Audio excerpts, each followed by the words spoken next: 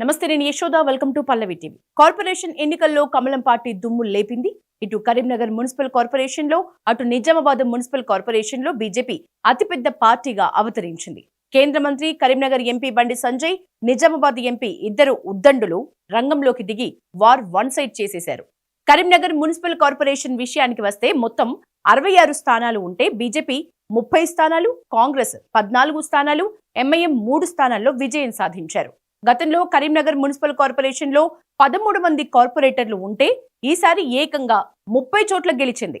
కరీంనగర్ గడ్డ మీద కాషాయ జెండా రెపరెపలు, బీజేపీ గెలుపు ఉత్సాహంతో 4 ఇండిపెండెంట్లు, ఒక ఏఐఎఫ్బి కార్పొరేటర్ కమలం పార్టీలో చేరిపోయారు. దీంతో కరీంనగర్ కార్పొరేషన్ లో బీజేపీ బలం 35కు చేరింది.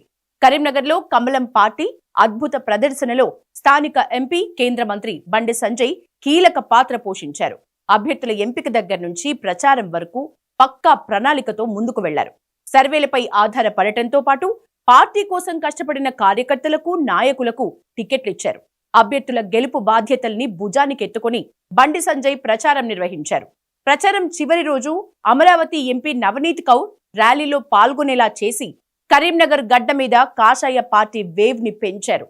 ఆశించినట్లుగానే బీజేపీ మునుపు ఎన్నడూ లేని విధంగా అఖండ మెజారిటీ సాధించింది.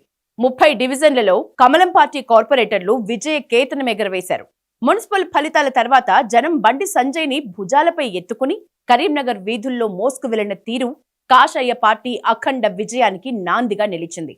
కార్పొరేషన్ ఒక్కటే కాదు, ఇటు కరీంనగర్ జిల్లా పరిధిలోని మున్సిపాలిటీల్లో కూడా విస్తృత ప్రచారం చేశారు. చొప్పదండి, హుజురాబాద్, జమ్మికుంట, హుస్నాబాద్, సిరిసిల్ల, వేములవాడ మున్సిపాలిటీలో కూడా ప్రచారం చేసి బీజేపీ అభ్యర్థుల గెలుపు కోసం కృషి చేశారు.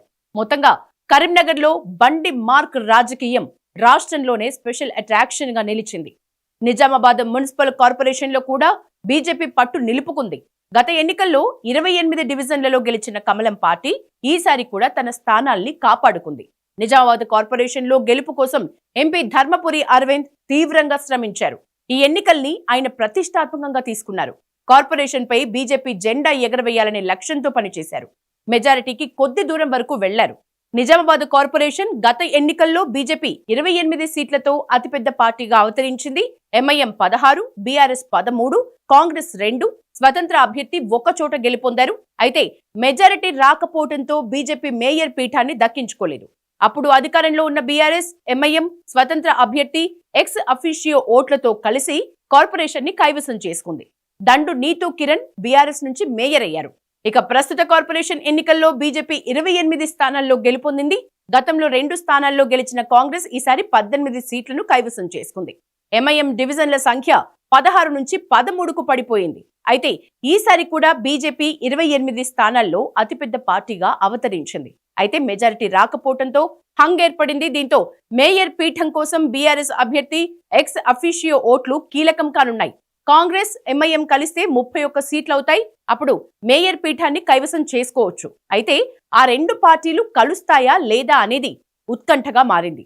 ఇటు నిజామాబాద్ కార్పొరేషన్ తో పాటు నిజామాబాద్ జిల్లా పరిధిలోని అన్ని మున్సిపాలిటీల్లోనూ ధర్మపురి అరవింద్ విస్తృత ప్రచారం చేశారు.